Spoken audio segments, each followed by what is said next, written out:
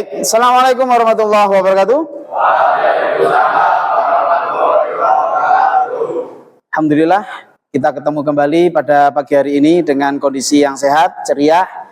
Tapi sebelum kita melakukan pembelajaran, silakan disiapkan untuk baca niat dan doa belajar dulu. Kita baca bersama-sama. Silakan, ketua kelasnya mungkin. Persiapan.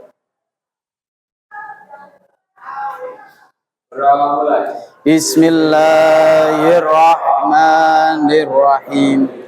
Nawaitu ta'alluma wa ta'lima wa tadhakkura wa tadhkira wa naf'a wal intifa'a wal ifadata wal istifadata wal hassa ala tamassuki bi kitabillahi wa sunnati rasulihi wa du'a ilal huda wa dalalata alal khairi ibtigha'a wajhillahi wa mardatihi wa qurbihi wa sawabi.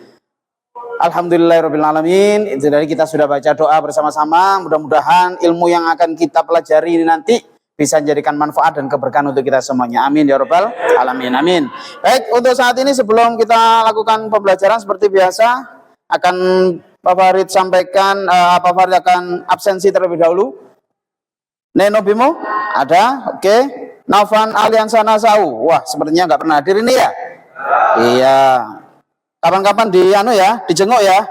Siapa tahu dengan menjenguk dia akhirnya sergemane ya. Naufan Raditya. Oke, sebentar. Oke. Kita lanjutkan ya. Nur Ahmad Ilyas, Prasetyo Galih, Prayoga Putra, Rahmat Alai. Oke, semua sehat ya. Oke, Ramadhani Surya Saputra. Oke, lanjut langsung ini saya Tirta Putra Pratama, Veno Febiansa, Javier Andika, Abimanyu, Ziza Yuniar. Oke, semuanya ada, alhamdulillah.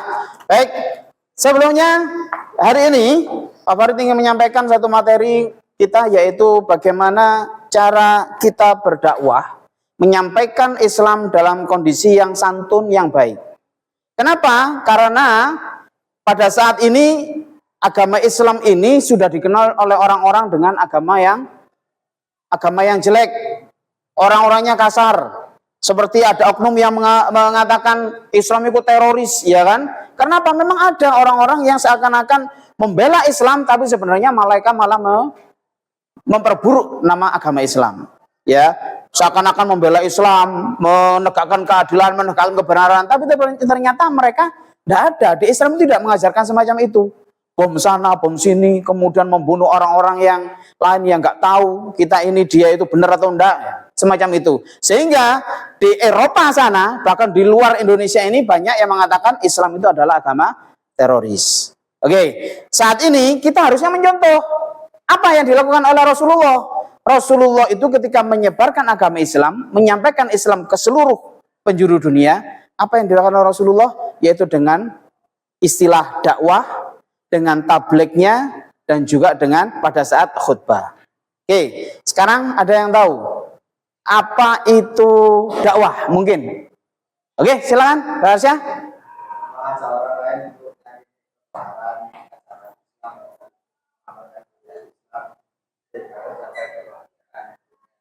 Oke, ya, apa itu dakwah? Menyampaikan atau mengajak. Istilahnya dakwah itu dalam artian mengajak. Ngajak apa? Ngajak kepada kebaikan.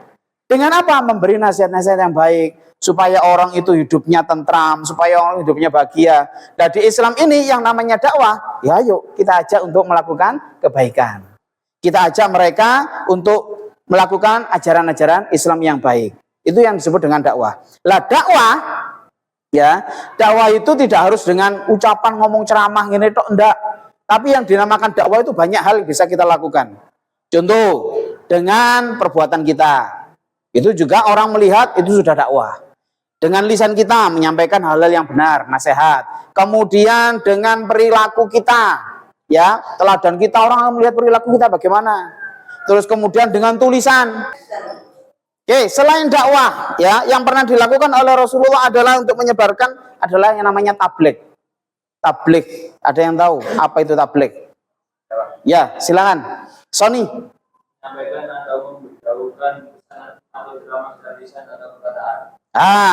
Tabligh itu adalah menyampaikan, memberikan secara lisan, ya. Yang paling sering kita tahu itu tabligh adalah kondisi ceramah dengan kumpulan orang banyak.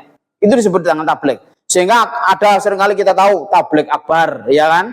Berarti penyampaian nasihat agama dalam kondisi yang besar. Nah, orang yang menyampaikan tabligh disebut dengan mubaligh.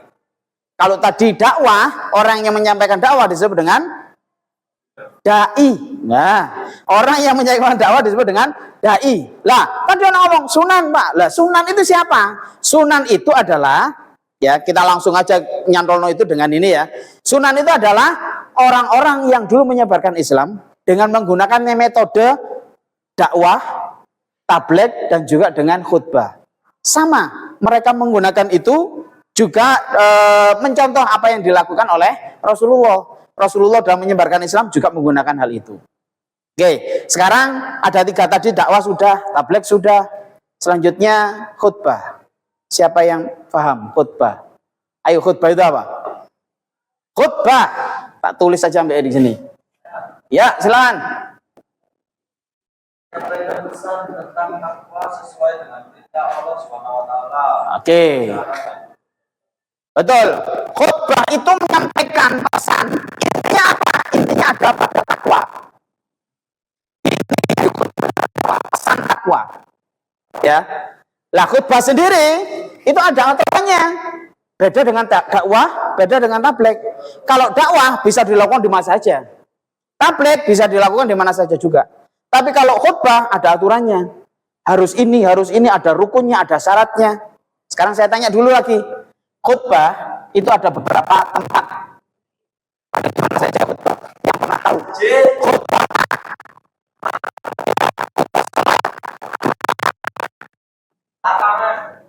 Sholat Jumat. Selanjutnya ada khutbah di masjid.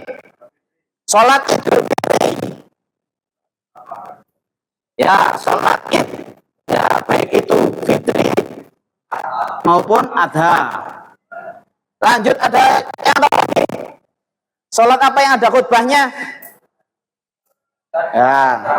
Sholat apa? Sholat gerhana, betul. Sholat gerhana. Matahari disebut dengan khusyuk. Kalau bulan disebut dengan khusyuk. Bedanya di situ toh. Ya, lanjut. Ada lagi? Yang keempat, sholat apa lagi? Yang ada khutbahnya? Terawih ada khutbah? Nah, kalau terawih itu apa? Ada yang disebut dengan dakwah, ceramah, nanti itu masuk di situ. Di sholat istisqa. Apa sholat istisqa? Nggak pernah melakukan kan ya? Sholat minta hujan. Minta petunjuk itu apa? Sholat apa jenenge? Istikharah. Gak usah khutbah, sholat dewe ya kan?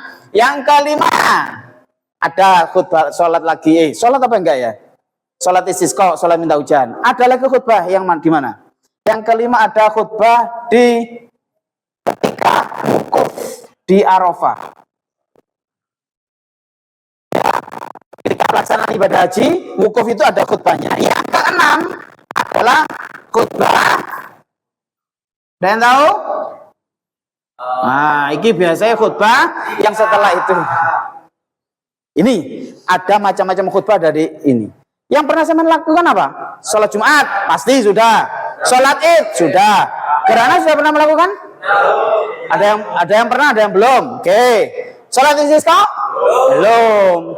Bagaimana mau sholat istisqa?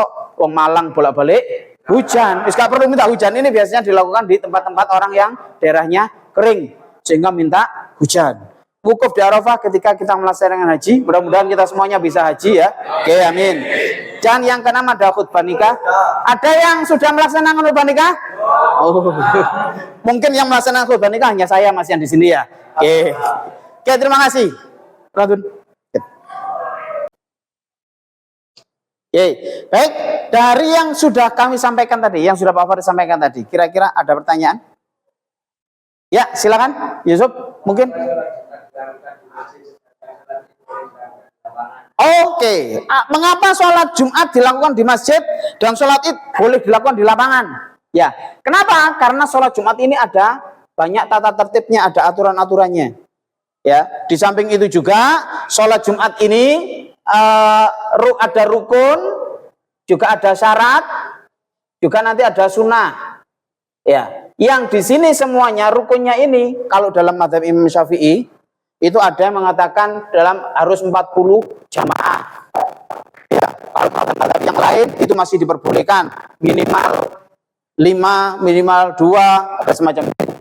Oke, kalau sholat Idul Fitri mengapa boleh dilakukan di lapangan? Karena tujuannya untuk syiar. Dulu yang dilakukan oleh Rasulullah begitu. Rasulullah berjalan ketika mau melaksanakan sholat Idul Fitri, beliau berjalan bersama-sama dengan sahabat sambil mengucapkan takbir, Allahu Akbar, Allahu Akbar, Allahu Akbar. Itu terus jalan sampai menuju ke lapangan. Sehingga ketika Rasulullah juga menyampaikan, orang yang haid pun itu diperbolehkan mengikuti sholat Idul Fitri, tapi tidak melaksanakan sholat, hanya ikut meramaikan untuk datang ke sana, sehingga tempatnya ada di lapangan. Ya, sehingga diperbolehkan. Kalau di masjid orang yang haid kan nggak boleh datang, perempuan, dan kebanyakan memang sholat Jumat diwajibkan hanya untuk orang laki. Sehingga tempatnya ya di masjid saja. Paham dari sini? Ya, oke. Mungkin ada yang bertanya lagi? Oke, silakan. Oke, Alai Rahmat. Oh, perbedaan sholat gerhana dengan sholat Id. Ya, kalau sholat Id khutbahnya di mana? Di depan setelah sholat apa sebelum sholat? Setelah sholat khutbahnya. Sholat gerhana sama. Ya, cuman yang membedakan apa? Yang membedakan adalah di gerakan sholatnya. Kalau sholat Id berapa rakaat? 2 rakaat. Berapa takbir? Rakaat pertama 7 takbir. Rakaat kedua 5 takbir. Tapi kalau sholat gerhana sama 2 rakaatnya, takbirnya itu satu-satu, cuman nanti pembacaan surat Fatihah dan rukuknya itu ada 2 kali. Contoh sholat gerhana, Allahu Akbar, ya, baca Fatihah, baca surat, kemudian rukuk, Allahu Akbar. Setelah rukuk berdiri lagi, sami Allahu liman hamidah, ya. Terus kemudian baca Al-Fatihah, Al-Fatihah lagi, ya. Baca Al-Fatihah lagi, baca surat lagi, rukuk lagi, rukuk dua kali lagi. Begitu rukuk, sami Allahu liman hamidah, setelah itu langsung sujud. Baik itu di rakaat pertama maupun rakaat kedua. Ini yang membedakan untuk sholat gerhana. Jadi dalam 2 rakaat sholat gerhana, baca Fatihahnya 4 kali, ya, walaupun cuma 2 rakaat tapi Fatihahnya 4 kali, karena setiap rakaatnya diulang 2 kali. Baca suratnya juga 4 kali. Rukuknya juga berapa? 4 kali. Ya. Tapi kalau di sholat Id tadi cuma takbirnya saja yang lebih. Bisa dimengerti? Oke. Ada pertanyaan lagi? Silakan. Siapa? Oke, silakan tadi. Oke. Tadi sudah kita sampaikan bahwasanya kalau dakwah itu, ya, dakwah itu tidak harus dengan ucapan, tidak harus dengan lisan, tidak harus dengan ceramah, tapi bisa dengan perbuatan. Ketika kita melakukan perbuatan baik dan orang itu senang dengan perbuatan kita dan mereka mencontoh perbuatan kita, areku kok sopan yo. Dari tampilannya sudah kelihatan bagus. Iku nduduna, oh iku lanjane arek Islam itu lah. Itu orang senang dengan itu sudah dakwah, termasuk dakwah. Ketika sampean sopan di mana saja sampean kelihatan sopan, ketemu orang sudah tua, kemudian saya permisi Pak, ya. Terus kemudian sampean kelihatan menyantuni orang-orang fakir miskin sedang sodako. Orang lain melihat api arek iku, perbuatannya bagus, orang itu senang, itu sudah salah satu dakwah. Jadi nggak harus dengan ceramah, termasuk dakwah lagi dengan tulisan bil kolam, dakwah bil kolam. Apa dakwah bil kolam? Nulis. Sekarang kan banyak postingan-postingan ya di medsos. Sampean bisa menulis, entah itu salah satu hadis, sampean lihat, oh ada hadis ini artinya begini. Ketik aja hadis itu, taruh, kirimkan ke TikTok, kirimkan ke IG, ya kan, Instagram, kirim itu saja. Setiap kali ada orang yang membaca, mudah-mudahan dengan apa yang kita sampaikan itu ada orang yang terketuk hidayah, mendapatkan hidayah dari Allah, terketuk akhirnya dia sadar, oh yorek, ini yang betul, oh ya ini, itu yang jadi satu pahala buat kita. Dan kita secara tidak tidak sadar, nanti di akhirat sana Allah akan memberikan palu. Kapan saya ini berdakwah? Ternyata itu dari itu. Ya, jadi usahakan. Eman kalau seandainya HP sampean kita gunakan hanya melihat game atau memainkan game atau hal-hal yang lain, kita gunakan sebagai sarana dakwah kita, sarana untuk ambil nilai pahala di hadapan Allah. Mudah-mudahan Allah meridhoi kita semua. Amin ya rabbal alamin. Oke. Waktu kita sudah hampir habis ya. Jadi kita kesimpulan dari apa yang sudah kita sampaikan tadi, dakwah, khutbah dan tabligh. Dakwah itu apa tadi? Mengajak, ya kan? Mengajak untuk orang lain untuk berbuat kebaikan. Kemudian tabligh apa tadi? Menyampaikan. Tabligh adalah menyampaikan. Dan yang terakhir adalah khutbah. Khutbah itu juga mengajak untuk bertakwa kepada Allah. Ya, yang sering kali kita lakukan, kita sudah mengalami adalah di khutbah, masalah khutbah. Ya, kita sudah tahu bagaimana itu khutbah. Ya. Sehingga nanti minggu depan yang akan kita bahas adalah tentang khutbah, bagaimana dalil-dalilnya khutbah Jumat itu ada rukunnya, ada syaratnya. Dan itu nanti kita juga akan praktekkan di pertemuan berikutnya. Bagaimana cara membuat khutbah. Sehingga sampai nanti akan bisa menulis ya, walaupun sedikit ceramah pesan apa, tapi yang penting urutan-urutan rukun khutbah bisa kita lakukan. Mudah-mudahan hari ini bermanfaat bagi kita semuanya dan mudah-mudahan Allah memberikan kekuatan pada kita sehingga kita bisa terus mencari ilmu, mencari keberkahan dari Allah Subhanahu wa taala. Terima kasih. Sebelumnya mari kita tutup dengan pembacaan doa kafaratul majelis. Bismillahirrahmanirrahim. Subhanakallahumma wa bihamdika asyhadu an la ilaha illa anta astaghfiruka wa atubu ilaik. Kurang lebihnya Pak Farid mohon maaf, mudah-mudahan manfaat. Kami akhiri. Assalamualaikum warahmatullahi wabarakatuh. Oke, sudah.